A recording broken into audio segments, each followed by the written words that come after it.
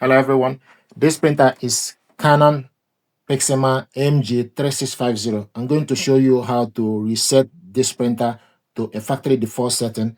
What you need to do is you need to go to the control panel, press the stop button, press and hold it until the warning light highlights 21 times, then release it, press the wireless button 3 times, and it will print out network configuration report. So we're going to start, press and hold the stop button. 1, 2, 3, 4, 5, 6, 7, 8, 9, 10, 11, 12, 13, 14, 15, 16, 17, 18, 19, 20, 21. Then release it. Press the wireless button. 1, 2, 3. Then release it.